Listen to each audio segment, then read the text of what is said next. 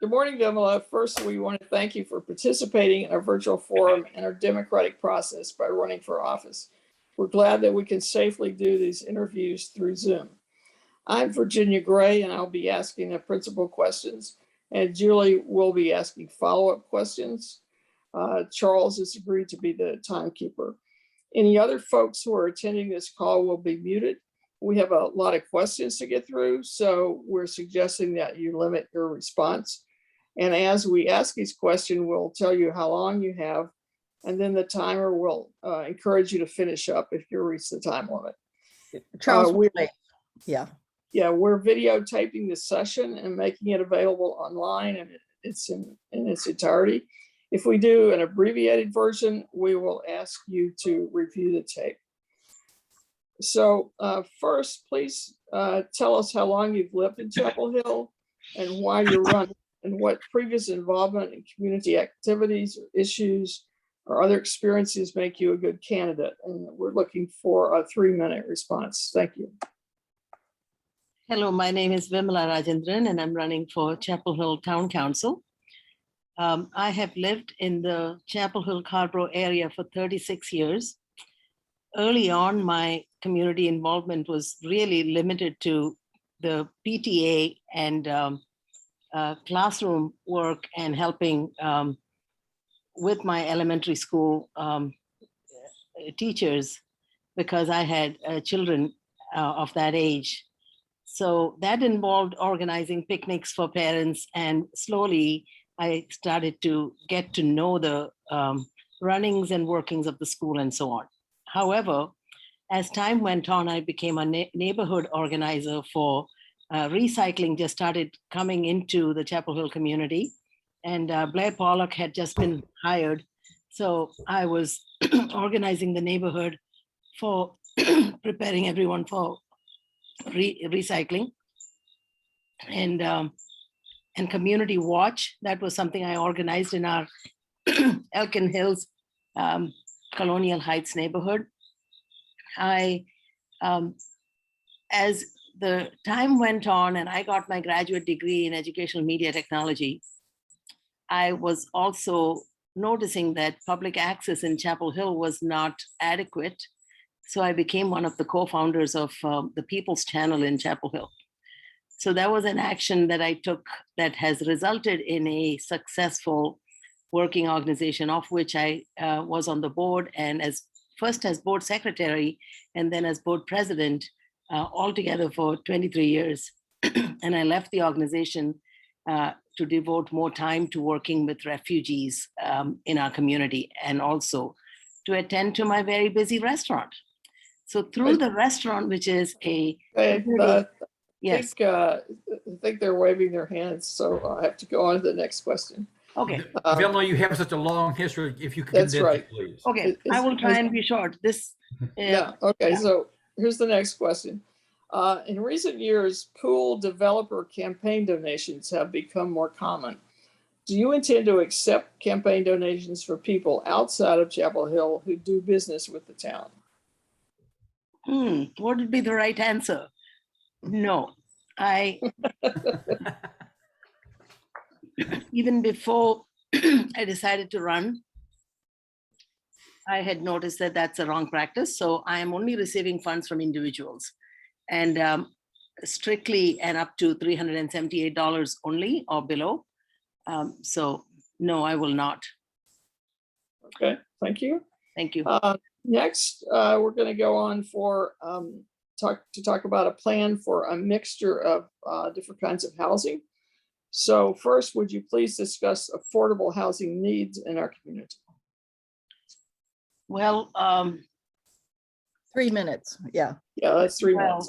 I won't need 3 minutes because I'm aware that we have a need for affordable housing.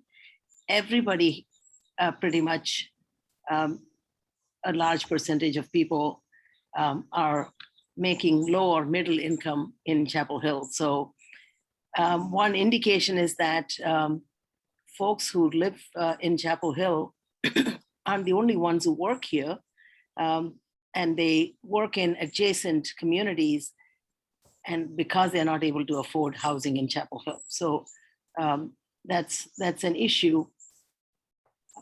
So what was the other part of the question?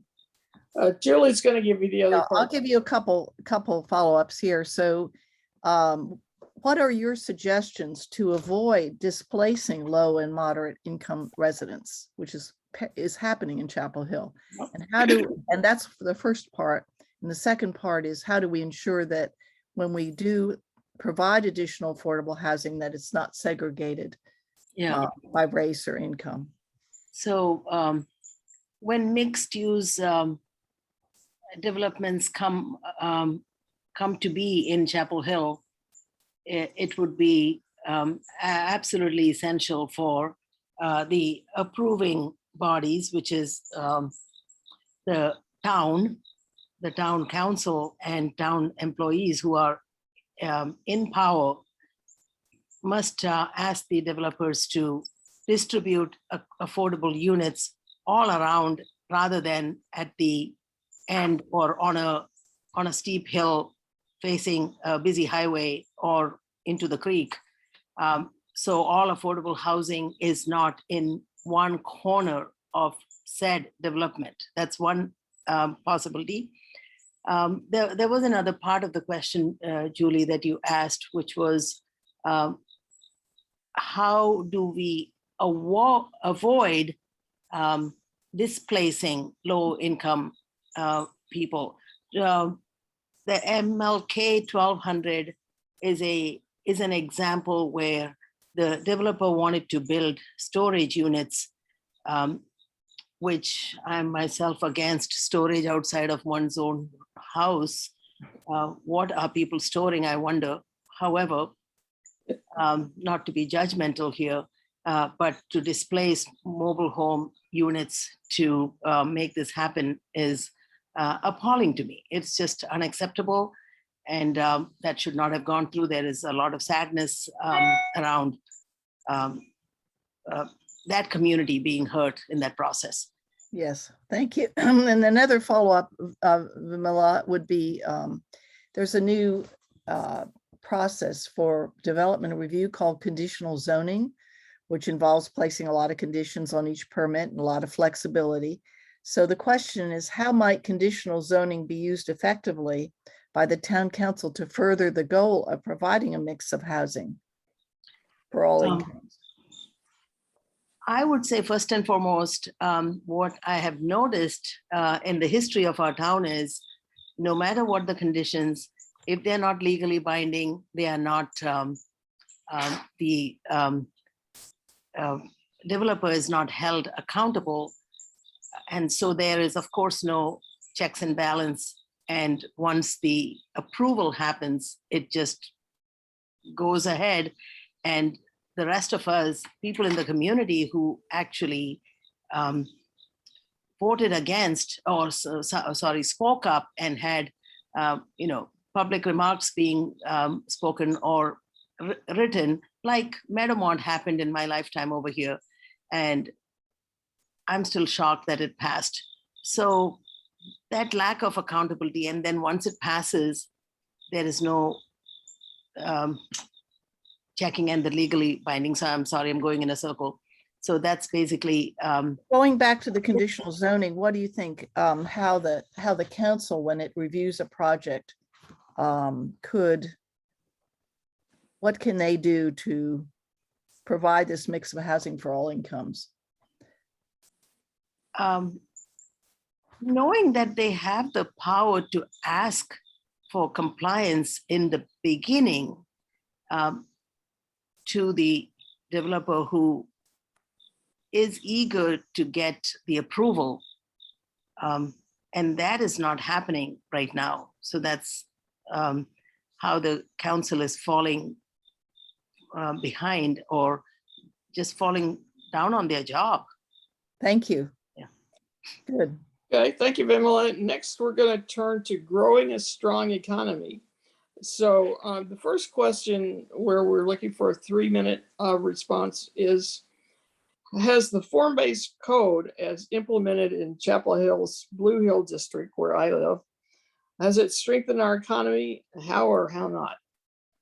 Well, it is, so to strengthen the economy, we need commercial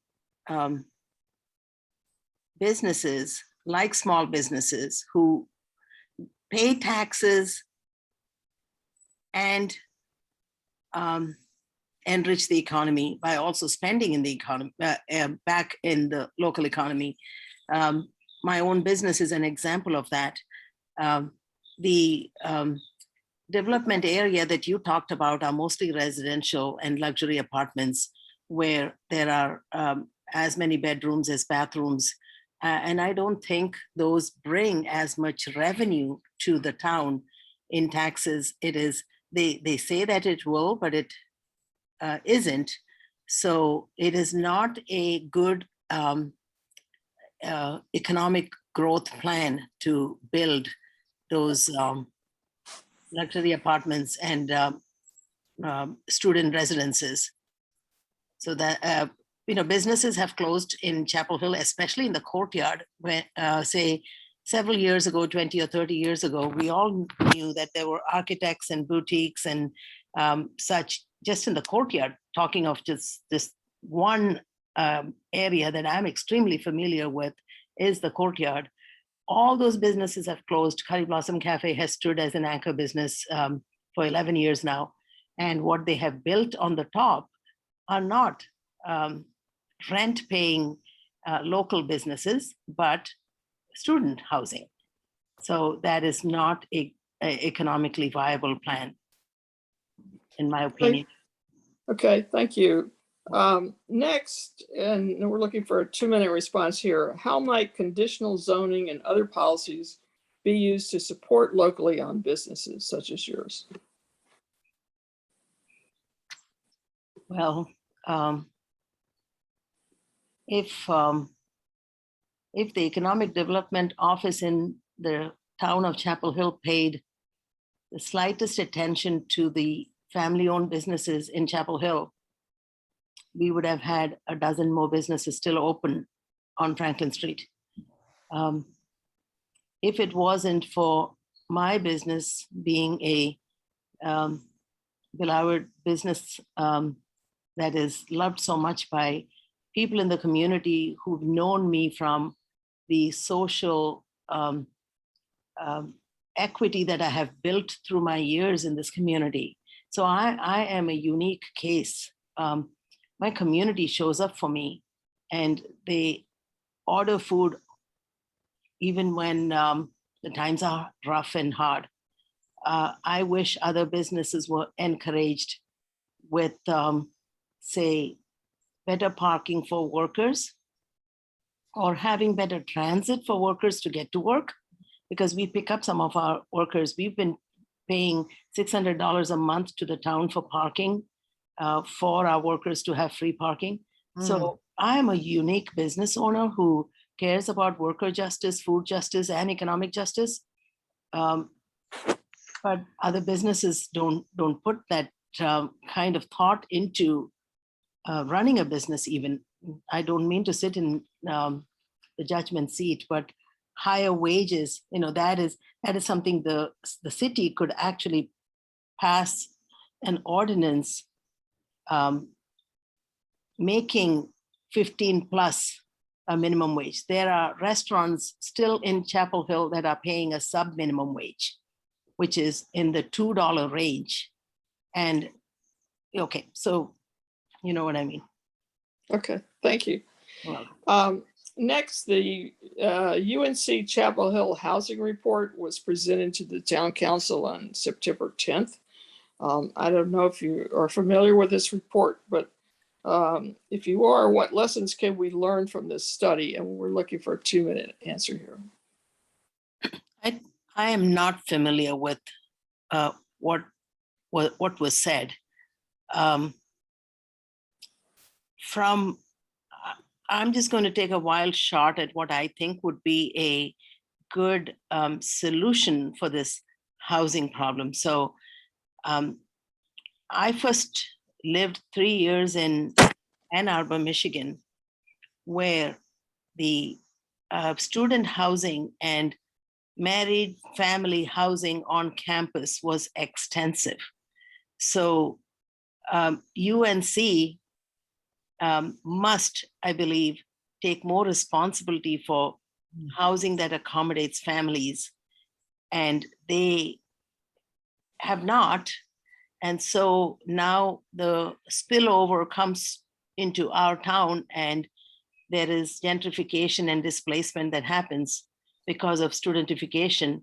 So I wish I would have had the time to read the link that was sent to me with that September 10th report.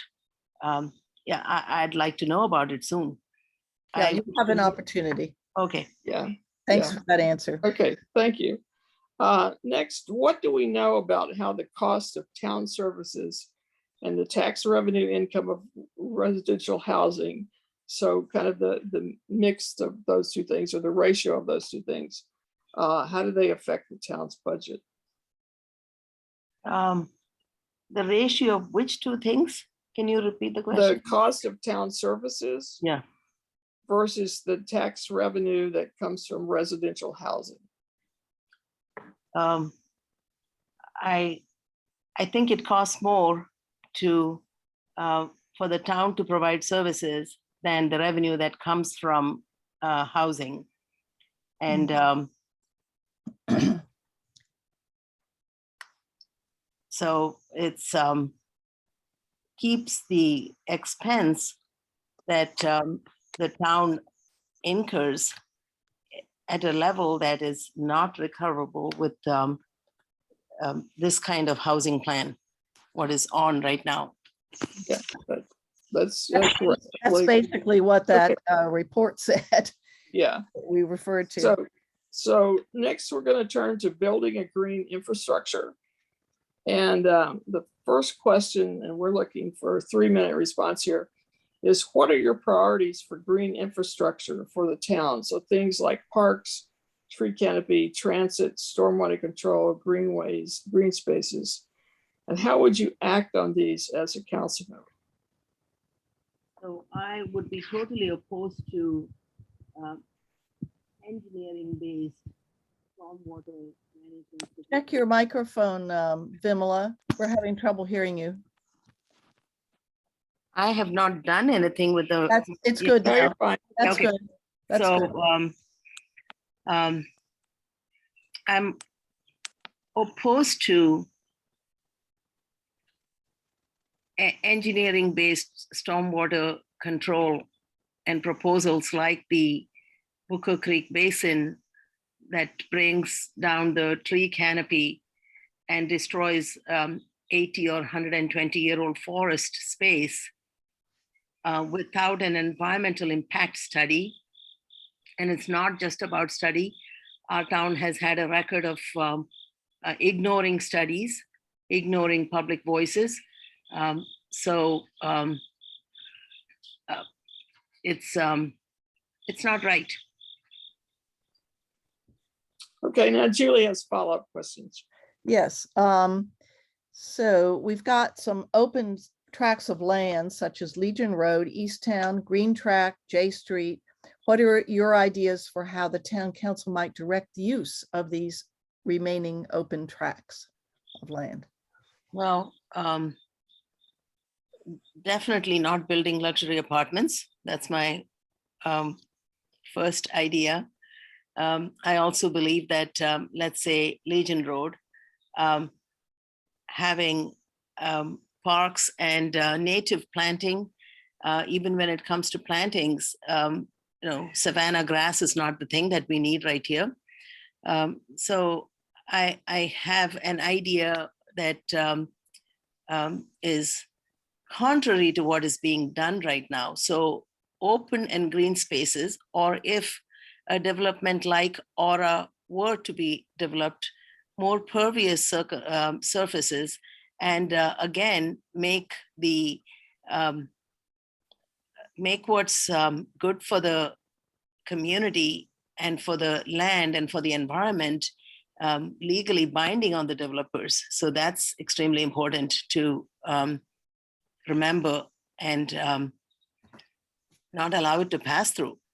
So leaving the space open or forested would help the climate crisis that we are in, would help mitigate the climate crisis. Okay, thank you. And all those pieces of land we mentioned are town owned right Yeah, now. yeah. So, and then we've got the town's climate action plan that was recently passed, and how might it be revised to address some more short-term achievable goals? And do you have an example of some things that the town could do in the short term? Well, tearing down a otherwise partially used parking lot and building a 1,000 space parking lot is not the answer. The short-term damage to the environment is definitely from carbon emissions. So increasing public transportation and encouraging people to walk into downtown or business districts would be an immediate short-term, but also maybe make it a long-term plan for Chapel Hill, in my opinion. All right, and then what their pedestrian and bike improvements would you like to prioritize? What pedestrian and bike improvements would you prioritize? It's very minimal, where they have made it widened the pedestrian and the sidewalks have been widened to allow some businesses to expand to the outside. You're talking about the downtown now. Yeah, downtown. And Check your mic again, Vimala. Mike seems Yes. okay. It's all right now. All right now. Okay. So where was I? So you were mentioning that downtown they have widened the sidewalks. Yes, but not adequately. It's very confusing. There are no signs, and there are dancers and bikers all competing for the space. It's done very irresponsibly, and I have a friend and a lawyer friend who was hit when she was crossing the road on the Columbia Franklin intersection a few months ago. It's not safe. So what areas? I also think MLK people have been struck by cars and have died in the last 2 years. There should be a priority to make pedestrian walkways safer and well-marked and well-lit. Okay. Those are Okay, two thank you. examples of spaces that it's not done correctly, which of course deters families from coming to downtown to Yes. shop and visit. Right. Okay, thank you. Now we're going to turn to supporting public engagement. First, the town council and the staff have had many outreach planning exercises, and they've adopted town plans reflecting that public engagement. How would you be guided by these plans as you make land use decisions? And we're looking for about a 2-minute answer here. Once again, public engagement, if it's an exercise that the public are put through, there should definitely be transparency in decision-making on the council, and the public viewpoints have to be taken into account to change the minds for the greater good of the community and the environment. And so just having a climate action plan, for example, but then going ahead and making decisions to build a Booker Creek Basin is an example of public engagement being made into a joke. So I, if elected, will continue to listen to the voices of people who are not listened to otherwise or not heard, the working poor, as well as people who are in shut-in communities, especially the North Side community and the refugee communities. People have to be heard, and then what they say has to be taken into account with open action plan. That's very important. Even voting being done after 12 midnight in the middle of summer is not my idea of a good government. Thank you. Thank you. So I have a follow-up to that. How will you handle citizen requests and comments, and what efforts will you make to increase public engagement if elected, especially to marginalized communities, to meet the needs of residents? And as you know, it's a very busy job being a council person. Yes. I have always been available in the community, like walking through, say, Weaver Street. There isn't a Weaver Street like marketplace in Chapel Hill, but there is the Chapel Hill Farmers Market.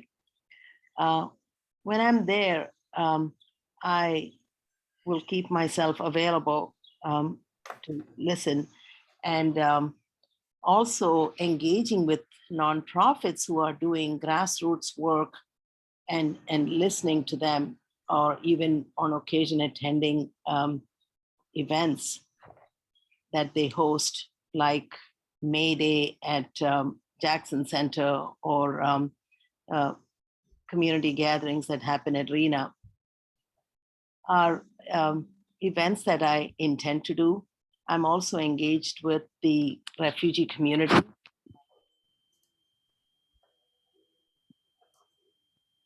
So check Your the mic microphone's again.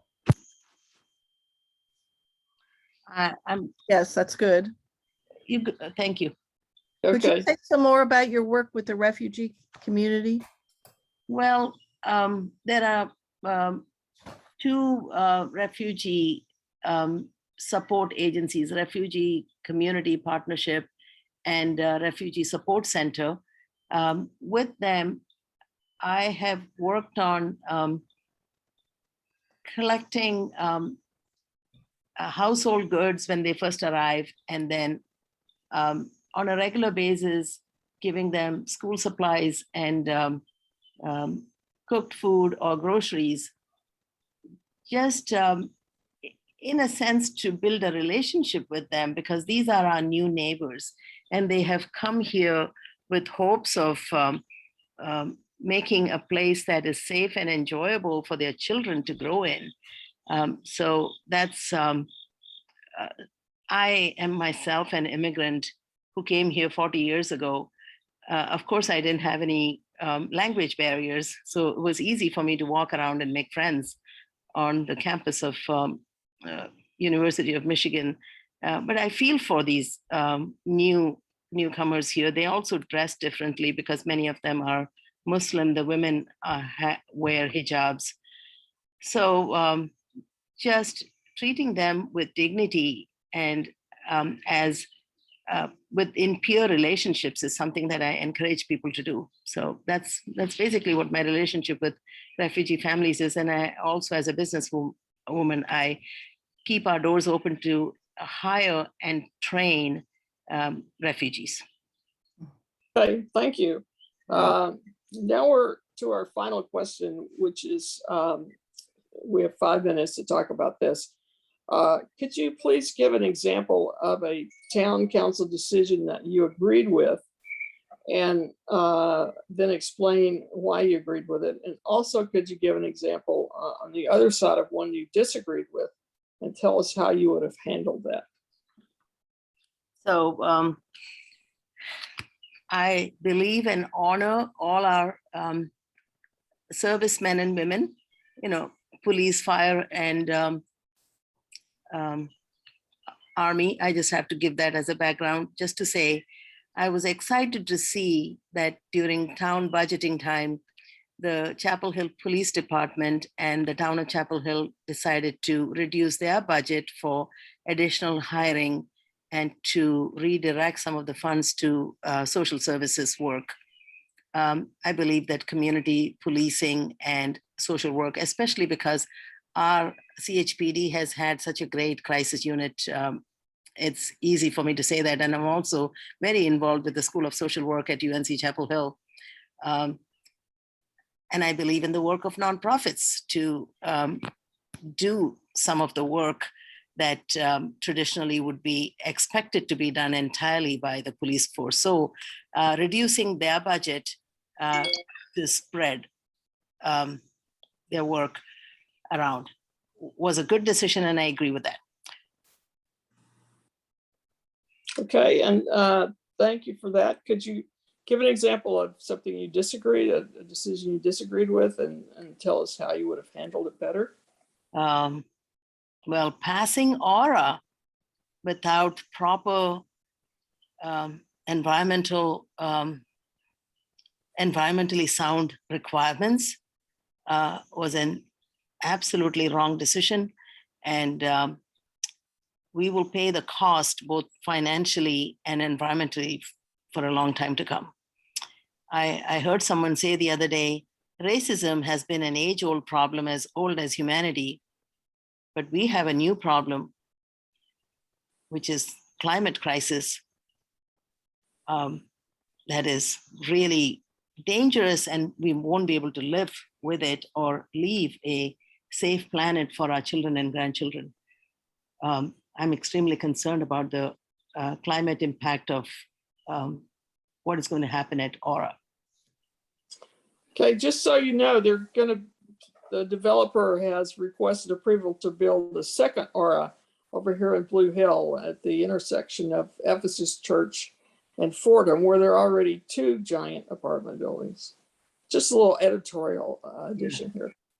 Okay, that's. We have a little extra time. I'm wondering if Vimala could go back and talk a little bit more about why she's running in closing out. Right, yes. So I feel like I have always, all my life, showed up as a servant leader. Even though I was the second child in the family, with a strong older sister, I've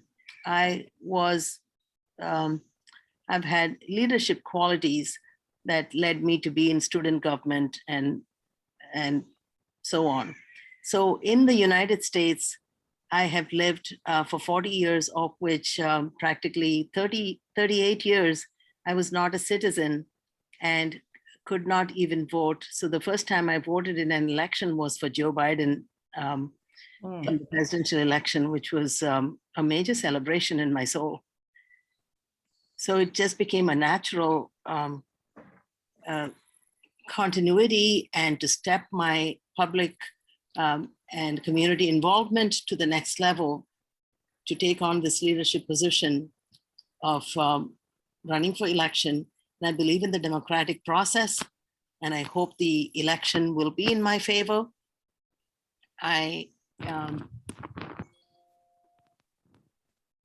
Check your microphone again.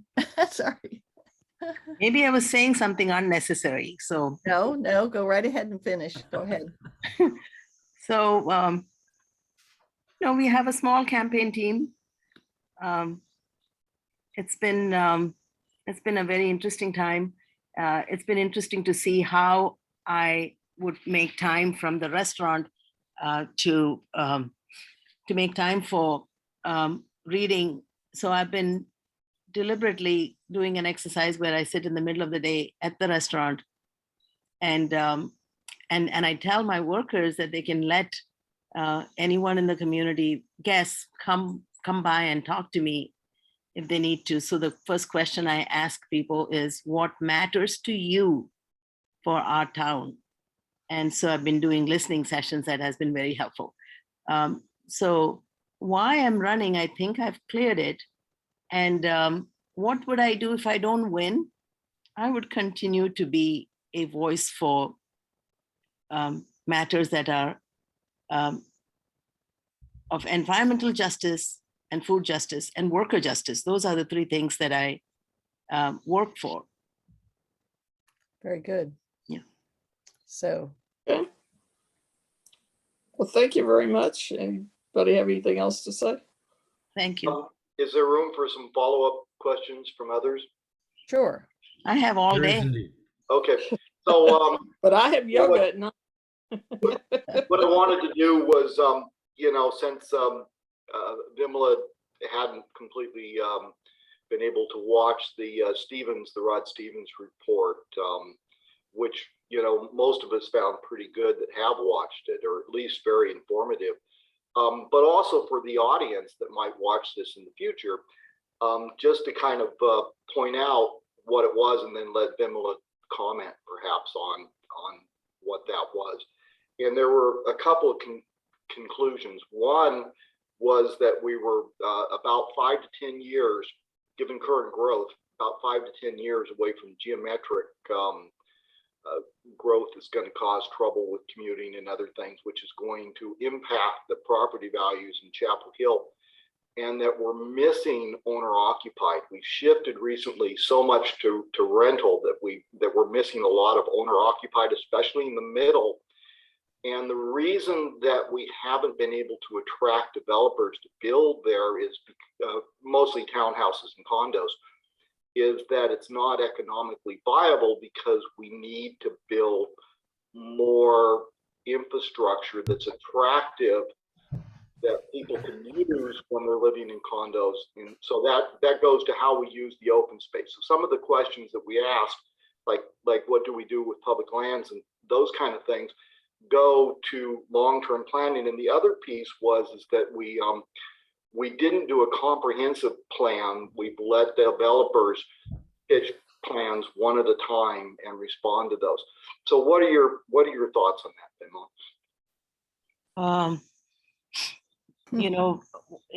If I'm on the council, I'm only one vote, but I can also be strong about guarding those open spaces, and if developed, making them both economically viable and environmentally safe. I think when developers come in and make a proposal, the public don't hear about it for a while. As they move through the town employees, and then the town employees make a proposal to the council, and they're told that this is, so it's a recommendation, which is understandable, the process, but there is no scrutiny on how that's going to have an environmental impact. Because if you're talking about land use, it's all about environmental impact. So I would be very careful to look into that.